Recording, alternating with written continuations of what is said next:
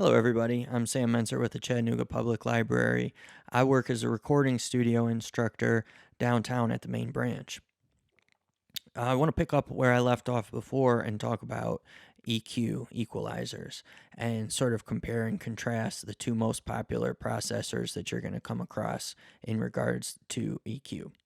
So, the first type that we're going to look at is called a graphic equalizer. And you may recognize these from, you'll see them in hi fi stereo equipment a lot of times. You can find them in car stereos, aftermarket car stereos. Um, Even a guitar pedals sometimes will have a graphic EQ, and then certainly in recording studios and in digital plug-in form now as well, which we do have a few in the studio downtown. So what we have here is actually a series of filters, and each filter represents a band and a band of frequencies. So it's just a graphical representation of the frequency spectrum, from either 20 hertz or 0 up to 20,000 hertz. And from 20 hertz to 20,000 is the range of human hearing, which we talked about last time. But what's important here, these filters basically have a center frequency and they comprise of a band, and the bandwidth is from that filter's end to the next filter's beginning, basically. So, or from their beginning to the end. So you might have a band that's marked at 200 and the next band is 400. So you have to kind of think that, okay, 300 is somewhere in the middle of these two bands. Now, this can get kind of tricky if you're trying to target a frequency like 300. You would basically have to use both of those bands, those faders, the vertical faders there. You would have to use both of those in conjunction to really find that 300 level frequency that you're looking at. Now these are fixed, which means that you can't go in and change the band center frequency. You can't change the bandwidth. You just have to use them in conjunction with one another to sort of find what you're looking for in the frequency spectrum and adjust it that way. And you're only controlling amplitude, so you can either attenuate or boost those bands. It's What's really nice about these is you do have the graphical representation. So if you know that you're looking for 500 hertz, it's marked there and you can attenuate. Now, this comes down to basically ear training and sort of practicing like any other thing. You're going to need to start hearing what frequencies different instruments are making and where you could have some trouble in your mixes. So, moving along, parametric EQ is definitely more flexible, and you'll find these on recording consoles, outboard, rack mounted studio gear, and of course, plug in forms, which we have many of these parametric EQs. Now, what's great about parametric EQs is because you can actually control three different aspects of the frequency spectrum, and you have an amplitude, of course, so attenuation or adding some amplitude, adding some gain to a certain frequency. But the big thing that's really great is you can target your frequency. So it's variable versus fixed on the graphic EQ. So with basically a little pot, a potentiometer, you can move that around and find the frequency that you're really targeting and then boost or attenuate that frequency.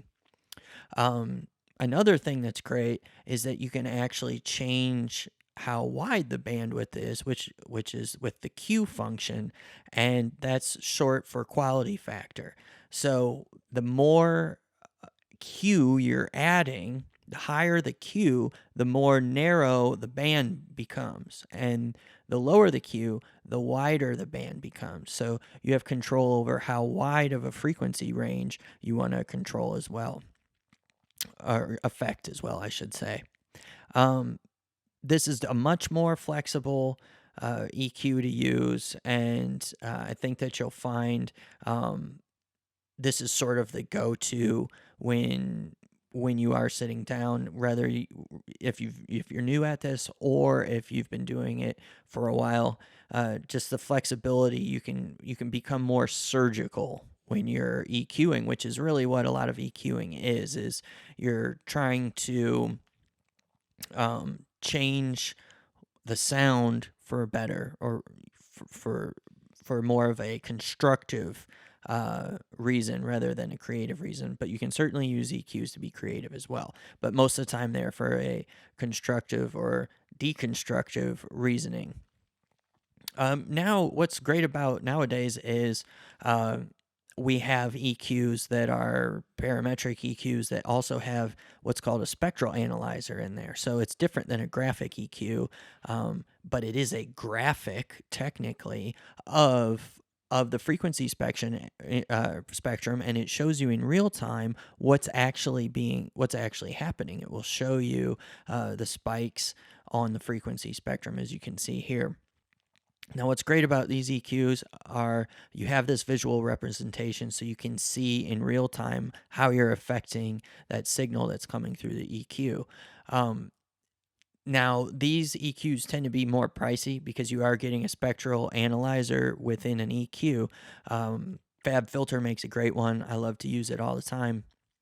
But if you don't have an EQ with a spectral analyzer, there are many free spectral analyzer plugins out there. Blue Cat Audio makes one, for instance, and you can use that in conjunction with your EQ. So if you place your EQ in the chain and then place the spectral analyzer behind it in the chain, that is a great way to kind of show your work, if you will, and check your work.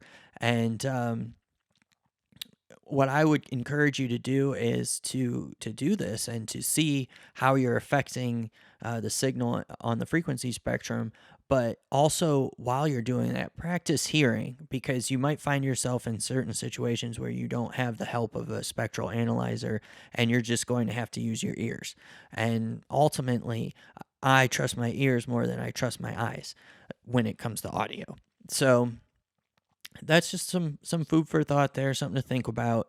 And I hope that this has been a helpful lesson and it's been informative for you. EQ is definitely